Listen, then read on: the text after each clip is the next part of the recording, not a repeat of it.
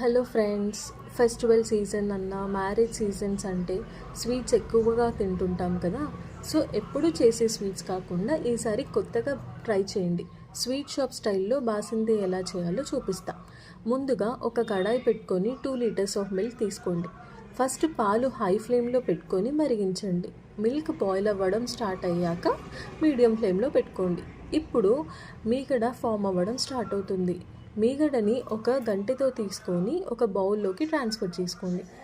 మనం ఈ process milk 90% అయిపోయే వరకు రిపీట్ చేయాలి. లైక్ ఓన్లీ 10% ఆఫ్ మిల్క్ ఉంది అన్నప్పుడు మనం స్టాప్ చేయాలన్నమాట మీగడ తీయడం. సో మనం తీసుకున్న మీగడ అంతా ఇలా ఫామ్ అవుతుందన్నమాట. ఒక థిక్ కన్సిస్టెన్సీ అనేది ఫామ్ అవ్వడం స్టార్ట్ అవుతుంది.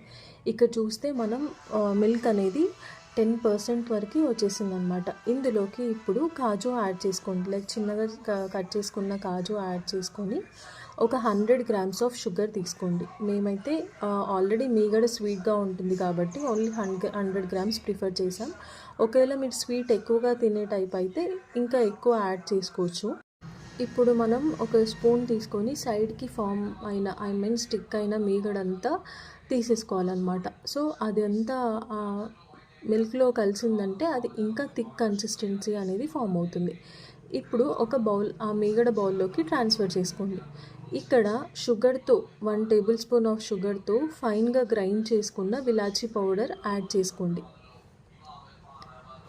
ఇప్పుడు ఒక స్పూన్తో వాటిని మొత్తం మిక్స్ చేసి అండ్ ఇది వేడిగా ఉంటుంది కాబట్టి చల్లారే వరకు వెయిట్ చేసి ఫ్రిడ్జ్లో పెట్టండి. ఒక 2 అవర్స్ తర్వాత ఫ్రిడ్జ్లో నుంచి తీసి చూస్తే బాసంతి రెడీ అవుతుంది. ఇది చాలా టేస్టీగా ఉంది అండ్ మనం ఎక్కడ న్యాచురల్ ఫ్లేవర్స్ మాత్రమే యూస్ చేసాం. కస్టర్డ్ పౌడర్ అని, మిల్క్ పౌడర్ అని, కండెన్స్డ్ మిల్క్ అని ఏది యూస్ చేయకుండా చేసాం కదా. ఆ ఫ్లేవర్ అనేది నోటికి ఎంత బాగా తెలుస్తుందంటే అంత బాగుంది. మీరు ట్రై చేసి కమెంట్స్లో చెప్పేయండి మీకు ఎలా అనిపించిందో ఈ రెసిపీ. మీకు ఒకవేళ ఈ వీడియో నచ్చితే లైక్, షేర్, సబ్స్క్రైబ్ చేసుకోండి. Thank you. Bye bye.